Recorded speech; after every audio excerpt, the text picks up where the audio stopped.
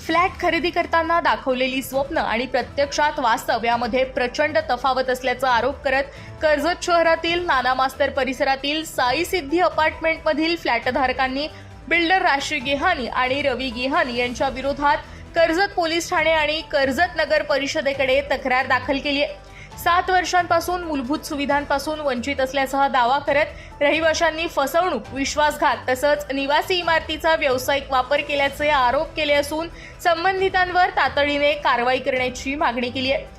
तक्रारदारांच्या म्हणण्यानुसार 2019 मध्ये इमारत पूर्ण करून फ्लॅटची विक्री करताना बिल्डरकडून लिफ्ट, नगरपालिकेचा पाणी पुरवठा, अधिकृत रस्ता, पार्किंग तसंच इतर मूलभूत सुविधा उपलब्ध करून देण्याचं आश्वासन देण्यात आलं होतं। मात्र 7 वर्ष उलटूनही या सुविधांची पूर्तता झालेली नसल्याचा आरोप रहिवाशांनी केलाय। तसंच इमारतीतील लिफ्ट गेल्या 7 वर्षांपासून बंद असून त्यामुळे ज्येष्ठ नागरिक, महिला आणि लहान मुलांना दररोज मनस्ताप सहन करावा लागतोय। नगरपालिकेचा पाणी पुरवठा अद्याप उपलब्ध नसल्याने पर्यायी व्यवस्थेवर अवलंबून राहावं लागत असल्याचंही त्यांनी म्हटलंय। तसंच इमारतीपर्यंत जाण्यासाठी अधिकृत रस्ताच नसल्याने दुसऱ्याच्या शेतातून ये-जा करावी लागत असल्याचा दावा करण्यात आलाय। तक्रारीत पुढे म्हटले आहे की पार्किंगची योग्य व्यवस्था करण्यात आलेली नाही। इमारतीच्या भिंतींना तडे गेले असून अनेक फ्लॅटमध्ये गळतीची समस्या कायम आहे। त्यामुळे रहिवाशांच्या सुरक्षिततेबाबतही प्रश्न निर्माण झाला असल्याचं तक्रारदारांचं म्हणणं आहे। याशिवाय मीटरजवळील वीज केबिनला बिल्डरने टाळे ठोकल्यामुळे वीज संबंधित दुरुस्ती आणि देखभालीची कामं करताना अडचणी निर्माण होत असल्याचाही आरोप करण्यात आलाय। दरम्यान निवासी वापरासाठी मंजूर असलेल्या इमारतीचा कथित व्यावसायिक वापर होत असल्याचाही गंभीर आरोप रहिवाशांनी केलाय। त्यांच्या म्हणण्यानुसार इमारतीमध्ये मिडलाईन नावाने कबड्डी अकादमी सुरू करण्यात आली असून बाहेरून येणाऱ्या तरुणांसाठी व्यावसायिक स्वरूपाचा उपक्रम चालवला जात आहे। त्यामुळे इमारतीत दिवसभर वर्दळ वाढली असून महिला, ज्येष्ठ नागरिक आणि कुटुंबियांच्या सुरक्षिततेचा प्रश्न निर्माण झाल्याचा दावा तक्रारदारांनी केलाय। या सर्व बाबींबाबत कर्जत नगर परिषद आणि कर्जत पोलीस ठाण्याकडे यापूर्वी अनेक वेळा लेखी तक्रारी करण्यात आल्या आहेत। नगर परिषदेच्या अधिकाऱ्यांनी 2 वेळा प्रत्यक्ष पाहणी देखील केली, मात्र त्यानंतरही कोणतीही ठोस कारवाई झालेली नसल्याचा आरोप करण्यात आलाय। उलट बिल्डर प्रशासनाच्या सूचनांनाही जुमानत नसल्याचा दावाही तक्रारदारांनी केलाय।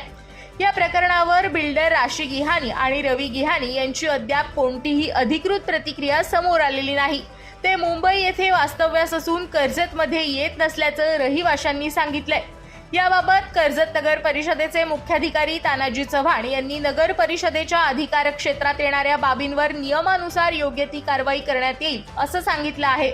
या तक्रारीमुळे कर्जत शहरात बिल्डरांकडून दिल्या जाणाऱ्या आश्वासनांची अंमलबजावणी, निवासी इमारतींचा कथित व्यावसायिक वापर आणि संबंधित यंत्रणांच्या कार्यपद्धतीवर पुन्हा एकदा प्रश्न उपस्थित झाले आहेत। आता पोलीस आणि नगर परिषद या तक्रारींची कितपत गंभीर दखल घेतात, तसंच बिल्डरांकडून याबाबत कोणतं स्पष्टीकरण दिलं जातं याकडे साई सिद्धी अपार्टमेंटमधील रहिवाशांसह संपूर्ण कर्जतकरांचं लक्ष लागलं आहे। मी नीलकंठ जाधव गेली 7 वर्षापासून इथं राहतोय। सुरुवातीला मी 1-2-3 महिने फ्लॅट भाड्याने घेतला होता। त्याच्यानंतर मी येथील जे राकेश दुधानी म्हणून केअरटेकर आहेत बिल्डरचे, तर त्यांनी मला सांगितलं की इथे चांगलं वातावरण आहे, तुम्ही इथे फ्लॅट घ्या, स्वस्तमध्ये तुम्हाला फ्लॅट देतो। तर मी इथे 30 लाखाचा फ्लॅट घेतला त्यांच्या सांगण्यावरून।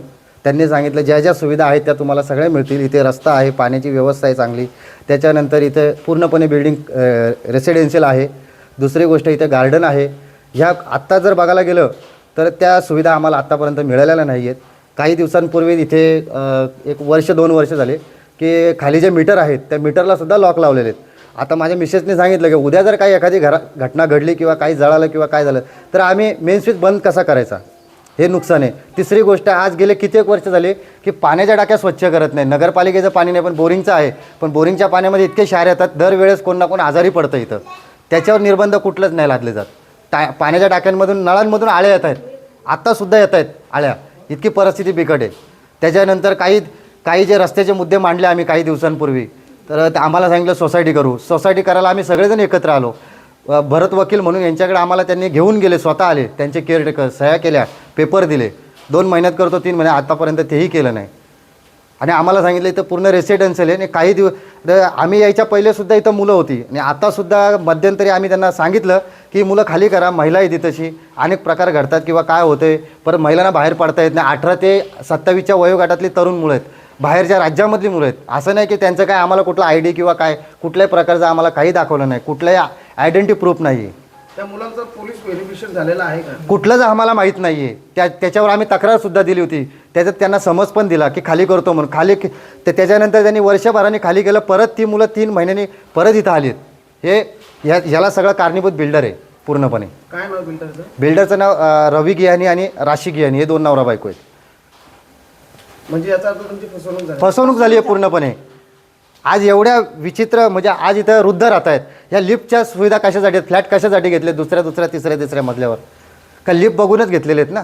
आज नगरपालिकेने परमिशन दिले, त्यांचा अधिकारी येऊन त्यांना सांगून गेला. आज गेली 10 दिवस झाले, अधिकारी येऊन सांगून गेला, तरीसुद्धा अजून लिफ्ट चालू केली नाही. आता ह्याच्या पुढं काय कारवाई करायची त्याच्याकरता आम्ही तिथं गेलो होतो, पण अजून तरी आम्हाला काही म्हणजे कुशंका आहेत की हे पुढे काय होईल याचं काय आम्हाला सांगता येत नाही. नसेल काय होणार तर आम्ही बिल्डरने आमचे पैसे द्यावे पूर्ण, आम्ही निघून जाऊ, खाली करतो. त्यांना म्हणा रेसिडेन्सचा वापर तुम्ही कमर्शियल करा, नाही तर काही करा, कोणाला ते द्या. त्याने आमचे पैसे देऊन टाकायचे, आम्ही निघून जाणार.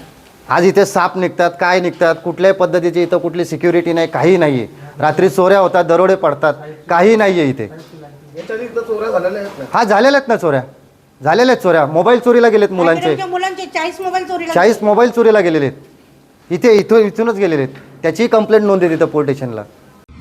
आपल्या परिसरातील ताज्या बातम्या आणि घडामोडी सर्वात अगोदर पाहण्यासाठी कर्जत अपडेटला सबस्क्राईब करायला विसरू नका.